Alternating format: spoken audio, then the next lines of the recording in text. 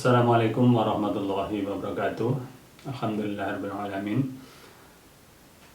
Seringkali ilmu diartikan sebagai pengetahuan, tetapi tidak semua pengetahuan dapat dikategorikan sebagai ilmu.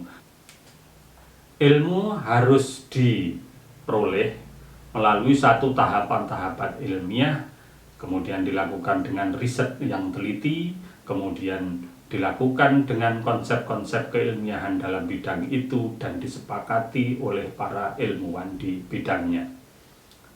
Secara yuridis, ilmu pengetahuan adalah sekumpulan informasi yang digali, ditata, dan dikembangkan secara sistematis dengan menggunakan metodologi ilmiah untuk menerangkan dan atau membuktikan gejala alam dan atau gejala kemasyarakatan yang didasarkan keyakinan kepada Tuhan yang Maha Esa.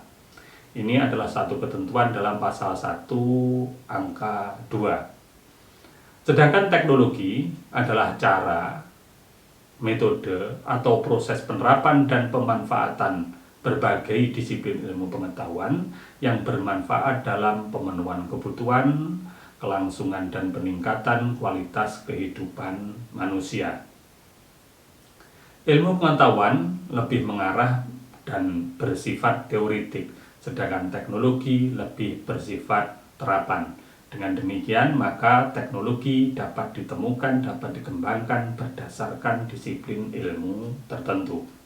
Secara keilmuan, maka ciri dari setiap ilmu itu yang pertama harus bersifat empiris, yaitu diciptakan berdasarkan pengamatan, percobaan, penelitian, dan juga observasi sesuai dengan disiplin ilmu masing-masing.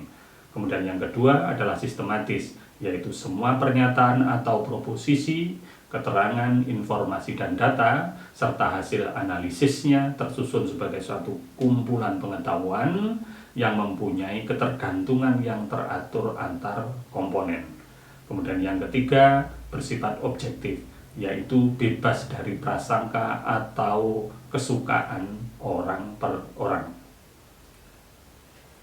Ciri berikutnya adalah analitis, yaitu berusaha membedakan pokok persoalan ke dalam bagian-bagian yang rinci untuk memahami berbagai sifat hubungan dan peranan masing-masing elemen. Kemudian yang terakhir, cirinya ilmu itu harus bersifat verifikatif. Artinya kebenarannya dapat dibuktikan oleh setiap orang, kemudian dilakukan di mana saja. Secara sederhana ada ahli yang membagi ilmu itu menjadi 3, yaitu ilmu alam, ilmu sosial, dan humaniora. Ilmu sosial termasuk di dalamnya adalah psikologi, sosiologi, ilmu politik, ilmu komunikasi, antropologi, dan sebagainya. Kemudian yang termasuk dalam humaniora, kemanusiaan, itu adalah mempelajari manusia dalam tingkah lakunya, misalnya bahasa, sastra, filsafat, kajian wanita, ketahanan nasional, yang semuanya tujuannya menjadikan manusia lebih manusiawi. Fungsi ilmu pengetahuan dan teknologi di Indonesia, yang pertama adalah sebagai landasan dalam perencanaan pembangunan nasional. Kemudian yang kedua meningkatkan kualitas hidup untuk mewujudkan keadilan sosial dan kesejahteraan rakyat. Kemudian yang ketiga meningkatkan ketahanan, kemandirian, dan daya saing bangsa. Yang keempat memajukan peradaban bangsa yang berdasarkan ketuhanan yang Maha Esa dan menjaga nilai-nilai etika sosial yang berberi kemanusiaan. Sedangkan yang kelima adalah melindungi seluruh wilayah negara kesatuan Republik Indonesia serta melestarikan dan menjaga keseimbangan alam. Apakah ilmu pengetahuan dan teknologi di Indonesia ini bebas nilai atau terikat dengan nilai? Perlu saya tegaskan bahwa dalam konteks Indonesia, pengembangan ilmu pengetahuan dan teknologi ini terikat oleh nilai-nilai moralitas. Artinya, baik cara mengembangkannya, metodenya, hasilnya, penerapannya, semuanya adalah terikat dengan nilai-nilai. Nilai apa yang mengikatnya? Adalah nilai-nilai moralitas sebagaimana tertuang di dalam nilai-nilai Pancasila. Berkaitan dengan fungsi Pancasila sebagai paradigma di dalam pengembangan ilmu pengetahuan dan teknologi serta pelaksanaannya, maka bisa saya jabarkan. Yang pertama adalah sebagai sumber inspirasi di dalam proses pengembangan ipteks, sehingga nilai Pancasila dijadikan suatu bahan gagasan.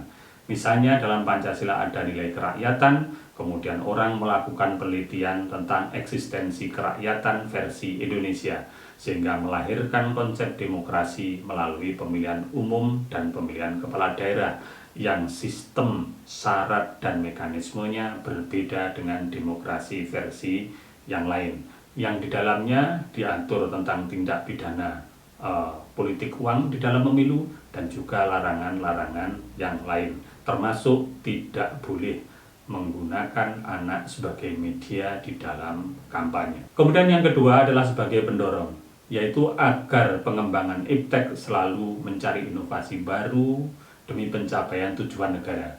Misalnya di dalam Pancasila ada nilai kemanusiaan, sehingga banyak ilmuwan yang terdorong melakukan penelitian tentang obat atau vaksin ataupun teknologi untuk mengurangi bahkan mencegah dan menghilangkan virus-virus tertentu yang dapat menular secara cepat, baik itu menggunakan unsur kimia maupun model helper.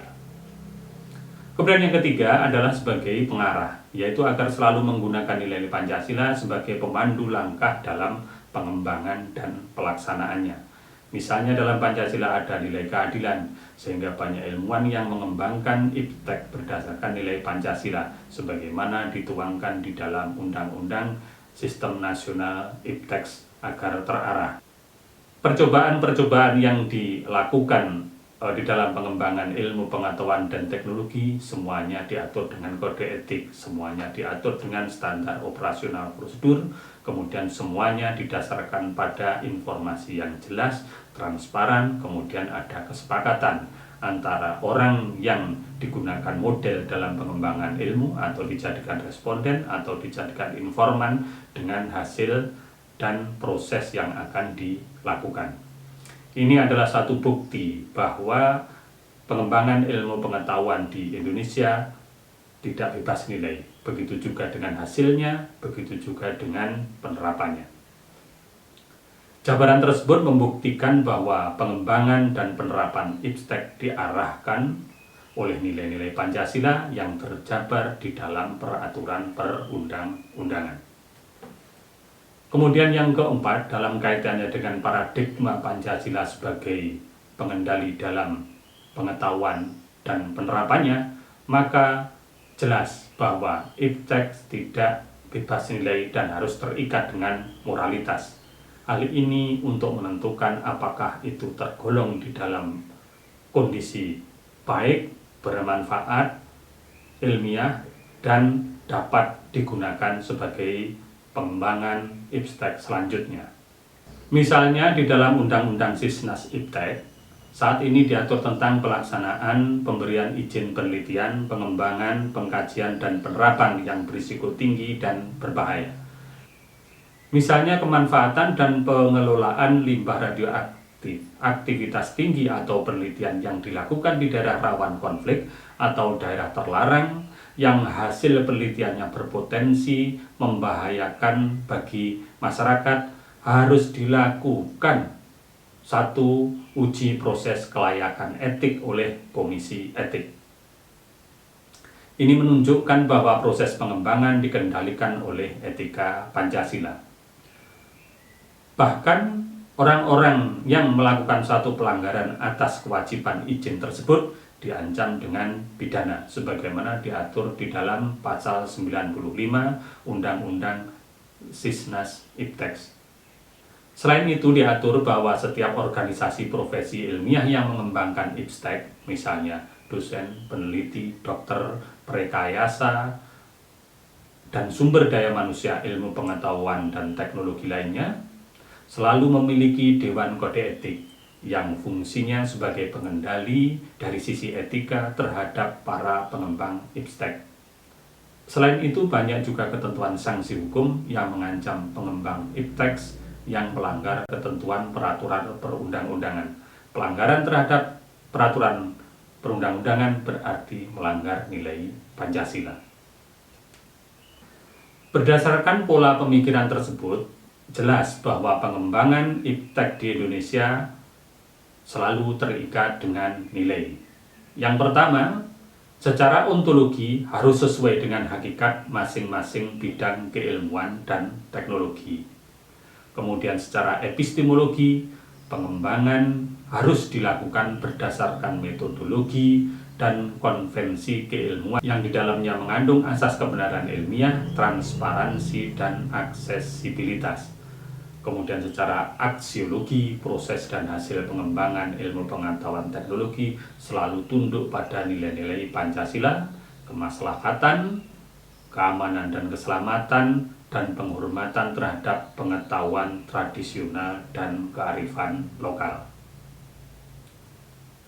Dengan demikian maka sekali lagi saya tegaskan, pengembangan ilmu pengetahuan teknologi dan penerapannya terikat oleh nilai, tidak bebas nilai. Itulah yang bisa saya sampaikan. Terima kasih, mohon maaf. Assalamualaikum warahmatullahi wabarakatuh.